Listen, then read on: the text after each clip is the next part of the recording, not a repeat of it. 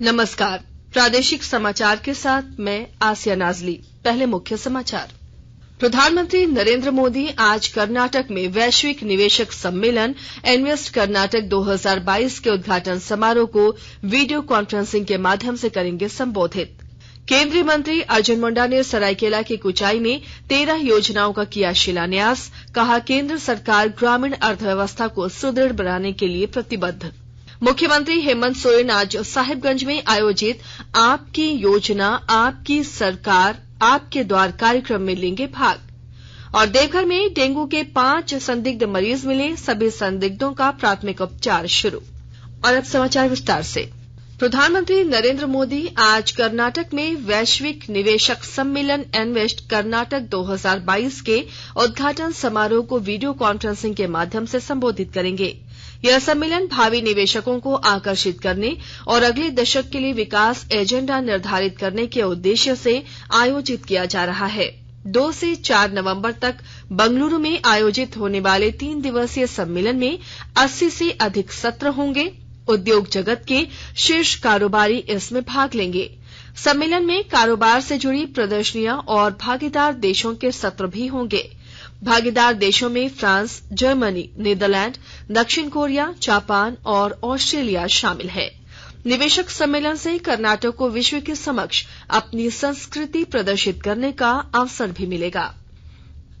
सरायकेला खरसावां जिले के सुदूरवर्ती क्षेत्र कुचाई प्रखंड में स्थानीय सांसद सह केंद्रीय मंत्री अर्जुन मुंडा और खरसावां विधायक दशरथ गागराई ने प्रधानमंत्री ग्राम सड़क योजना के तहत 49 करोड़ 72 लाख रुपए की लागत से बनने वाली 13 योजनाओं का शिलान्यास किया। इन योजनाओं में 43 करोड़ 57 लाख रुपए की लागत से 8 सड़कों का निर्माण होगा, जबकि 6 करोड़ 15 लाख रुपए की लागत से 3 पुल पुलिया का निर्माण होगा। मौके पर केंद्रीय मंत्री अर्जुन मुंडा ने कहा कि सरकार ग्रामीण अर्थव्यवस्था को सुदृढ़ बनाने को लेकर योजना चला रही है। इस योजना में 250 से लेकर 1500 आबादी वाले गांवों को शामिल किया गया है। गांव-गांव तक सड़क बनने से किसानों के उत्पादों को समय से बाजार पहुंचाया जा सकता है। इससे ग्रामीणों की अर्थव्यवस्था सुदृढ़ हो सकेगी। मौके पर खरसावां विधायक दशरथ गागराई ने कहा कि राज्य का असली स्वरूप गांव में दिखाई देता है, जिसका विकास अत्यंत आवश्यक है। भारतीय रिजर्व बैंक के निर्देश पर वित्तीय साक्षरता को लेकर 1 नवंबर से 30 नवंबर तक सभी बैंकों की ओर से जागरूकता अभियान चलाया जा रहा है। हजारीबाग में अग्रणी जिला प्रबंधक सुधाकर पांडे ने बताया कि अभियान का मुख्य उद्देश्य आम लोगों को वित्तीय साक्षर बनाना, साइबर धोखाधड़ी की बढ़ती हुई घटनाओं के लिए सतर्क और जागरूक करना, शिकायत निवारण प्रक्रिया और आरबीआई के ग्राहक जागरूकता कार्यक्रमों से अवगत कराना है। वीर शहीद बिरसा मुंडा के नाम पर जमशेदपुर के साकची में पार्क का निर्माण हो रहा है। और जानकारी दे रहे हैं हमारे संवाददाता। वीर शहीद बिरसा मुंडा के नाम पर जमशेदपुर शहर के बीचों बीच साक्षी में खाली ट्रेंगुलर मैदान में इसका निर्माण किया जा रहा है। पार्क में बिरसा मुंडा की आदमकद प्रतिमा के अलावे खूबसूरत फव्वारा, बैठने के लिए आकर्षक कुर्सियां लगाई जा रही है, साथ ही लैंडस्केपिंग भी की जा रही है। आकर्षक लाइटिंग की व्यवस्था भी होगी। पार्क का निर्माण Tata steel utility and infrastructure services द्वारा कराया जा रहा है। सांची में बन रहा बिरसा मुंडा पार्क जमशेदपुर समेत कोल्हान का पहला पार्क होगा जो बिरसा मुंडा के नाम पर होगा। राजेश कुमार लालदास, आकाशवाणी समाचार, जमशेदपुर। राज्य निर्वाचन आयोग के निर्देश पर नगर निकाय चुनाव के लिए देवघर नगर निगम और मधुपुर नगर परिषद में वार्डों का आरक्षण प्रस्ताव तैयार कर लिया गया है। देवघर नगर निगम क्षेत्र के 36 वार्ड और मधुपुर नगर परिषद में 23 वार्डों का आरक्षित किया गया है। इसमें देवघर नगर निगम में 4 वार्डों को अनुसूचित जाति और देवघर नगर के 18 वार्डों को महिला के लिए आरक्षित किया गया है। वहीं मधुपुर नगर परिषद में 2 वार्डों को अनुसूचित जाति और 1 वार्ड अनुसूचित जनजाति के लिए आरक्षित किया गया है। मधुपुर नगर परिषद में 11 वार्ड महिला के लिए आरक्षित किया गया है। आकाशवाणी के ताजा तरीन समाचारों के लिए आप हमारी वेबसाइट newsonair.com पर लॉग इन कर सकते हैं। ताजा समाचार Twitter handle @AIR news alerts और Facebook page All India Radio news पर भी उपलब्ध है। आप प्रादेशिक समाचार एकांश के ट्विटर हैंडल @AIR news_Ranchi और फेसबुक, इंस्टाग्राम पेज तथा YouTube channel AIR news Ranchi पर भी हमारे बुलेटिन सुन सकते हैं। प्रादेशिक समाचार आप आकाशवाणी रांची से सुन रहे हैं। मुख्यमंत्री हेमंत सोरेन आज साहिबगंज में आयोजित आपकी योजना आपकी सरकार आपके द्वार के मुख्य कार्यक्रम में शामिल होंगे। वे विभिन्न सरकारी योजनाओं का उद्घाटन और शिलान्यास करेंगे। लाभुकों के बीच परिसंपत्तियों का भी मुख्यमंत्री वितरण करेंगे। श्री सोरेन कार्यक्रम के बाद अपने पटना स्थित आवास में रात्रि विश्राम करेंगे। दोपहर बाद रांची लौट जाएंगे। सरायकेला अंचल के वीरबांस पंचायत सचिवालय में कल आपकी योजना आपकी सरकार आपके द्वार कार्यक्रम के दूसरे चरण में शिविर लगाया गया। मुख्य अतिथि के रूप में पद्मश्री छुटनी महतो और वरीय पदाधिकारी के रूप में अपर उपायुक्त सुबोध कुमार मौजूद रहे। शिविर में विभिन्न विभागों से संबंधित कुल 700 से अधिक आवेदन प्राप्त हुए। शिविर में 15 विभागों द्वारा स्टॉल लगाया गया था, जहां संबंधित अधिकारी और कर्मचारी ग्रामीणों को योजनाओं की जानकारी दी और उनके आवेदनों का निपटारा भी किया गया। इस दौरान 23 लाभुकों को पेंशन स्वीकृति पत्र दिया गया। उपराजधानी दुमका में संतालों का महापर्व सोहराय को वृहद स्तर पर मनाने की तैयारी शुरू कर दी गई है। विस्तृत जानकारी दे रहे हैं हमारे संवाददाता। उपराजधानी दुमका में इस बार संतालों की महापर्व सोहराय को वृहद स्तर पर मनाने की अभी से तैयारी शुरू कर दी गई है।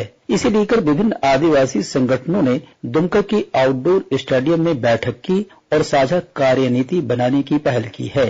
बैठक में सभी संगठनों के विचार आमंत्रित किए गए और तय किया गया कि सोहराय पर्व में इस बार एकरूपता और एकजुटता लाई जाएगी।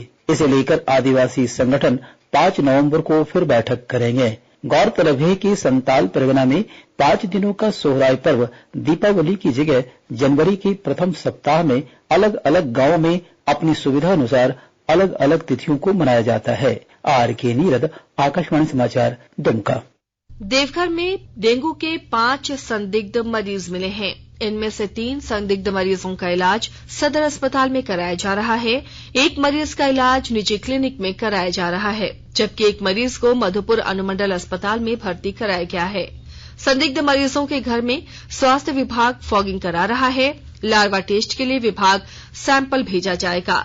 स्वास्थ्य पदाधिकारी डॉक्टर गणेश कुमार ने बताया कि फिलहाल सभी का इलाजा टेस्ट के लिए रिम्स भेजा जाएगा और पुष्टि होने के बाद सभी का समुचित इलाज कराया जाएगा। सरायकेला में विद्युत शवदाह गृह का निर्माण कार्य शुरू हो गया है। सरायकेला नगर पंचायत के अध्यक्ष मीनाक्षी पटनायक ने कुदरसाई बड़पुल के पास शवदाह गृह के निर्माण कार्य का कल निरीक्षण किया और निर्माण कार्य की जानकारी ली। उन्होंने निर्माण कार्य से जुड़े लोगों से कहा कि विद्युत शवदाह गृह का निर्माण में पूर्ण गुणवत्ता सुनिश्चित करें। गुमला जिले के उपायुक्त सुशांत गौरव ने कल खनन टास्क फोर्स, विधि व्यवस्था, कारा, परिवहन, मानव तस्करी से जुड़े मामलों की समीक्षा की। उपायुक्त ने कैदियों के लिए लाइब्रेरी निर्माण, ओपन जिम, स्वास्थ्य जांच और उपचार के साथ उनके कौशल विकास प्रशिक्षण के लिए प्रस्ताव तैयार करने पर जोर दिया। खनन विभाग की समीक्षा के क्रम में उपायुक्त ने अवैध रूप से बालू और पत्थर की बिक्री करने वालों पर कड़ी नजर रखते हुए उन पर कार्रवाई करने का निर्देश दिया। उन्होंने जिला खनन पदाधिकारी को जंगल से अवैध लकड़ियों की तस्करी पर भी नजर रखने और चिन्हित चौक चौराहों पर सीसीटीवी कैमरा लगाने के लिए प्रस्ताव देने का निर्देश दिया। गोड्डा जिले के उपायुक्त जिशान कमर ने सभी विभागों के उच्च स्तरीय अधिकारियों को अपने अपने विभाग की जानकारी आम जनों तक पहुंचाने का निर्देश दिया है। उन्होंने झारखंड राज्य खाद्य सुरक्षा योजना के अंतर्गत green ration card, Savitribai Phule किशोरी समृद्धि योजना, मुख्यमंत्री पशुधन विकास योजना के लिए आवेदन लेने और सबके लिए किसान क्रेडिट कार्ड के लिए समय पर आवेदन प्राप्त करने का निर्देश दिया है। उन्होंने कहा कि बिना आधार कार्ड लिंक वाले राशन कार्डों को तुरंत निरस्त किया जाए। राज्य भर में ठंड ने दस्तक दे दी है। रांची मौसम विज्ञान केंद्र के अनुसार अगले 7 दिनों तक मौसम शुष्क रहेगा। दिन में धूप खिली रहेगी, इसलिए ठंड का एहसास नहीं होगा, लेकिन सुबह और शाम में ठंड महसूस होगी। सुबह में कोहरा या धुंध रहेगा, इसके बाद आसमान साफ हो जाएगा। अब अखबारों की सुर्खियां। राज्य भर में प्रकाशित होने वाले अखबारों ने राज्य में प्रवर्तन निदेशालय की ओर से बड़ी कार्रवाई करने की तैयारी से जुड़ी खबर को प्रमुखता से प्रकाशित किया है। इसके अलावा प्रभात खबर ने लिखा है, खनन मामले में सीएम हेमंत सोरेन को ईडी ने भेजा समन। दैनिक जागरण की सुर्खी है, प्रधानमंत्री का निर्देश, कोई नेता और अधिकारी जांच में न करें हस्तक्षेप। हिन्दुस्तान ₹1 की शुरुआत की खबर को पहले पेज पर प्रकाशित किया है। वहीं दैनिक भास्कर ने पशु तस्करी से जुड़ी खबर पर लिखा है, पशु तस्करी का ट्रेंड बदला, सख्ती बढ़ी तो 50 किलोमीटर पैदल हाँककर सरहद पार करा रहे। हिन्दुस्तान टाइम्स और द टाइम्स ऑफ इंडिया ने प्रधानमंत्री नरेंद्र मोदी के मोरबी पुल दुर्घटना वाली जगह का निरीक्षण करने की खबर को प्रमुखता से प्रकाशित किया है। और अब अंत में मुख्य समाचार एक बार फिर।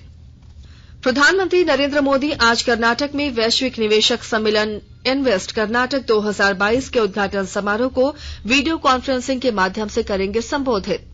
केंद्रीय मंत्री अर्जुन मुंडा ने सरायकेला की कुचाई में 13 योजनाओं का किया शिलान्यास। कहा, केंद्र सरकार ग्रामीण अर्थव्यवस्था को सुदृढ़ बनाने के लिए प्रतिबद्ध। मुख्यमंत्री हेमंत सोरेन आज साहिबगंज में आयोजित आपकी योजना आपकी सरकार आपके द्वार कार्यक्रम में लेंगे भाग। और देवघर में डेंगू के 5 संदिग्ध मरीज मिले, सभी संदिग्धों का प्राथमिक उपचार शुरू। इसके साथ ही आकाशवाणी रांची से प्रादेशिक समाचार का ये बुलेटिन समाप्त हुआ।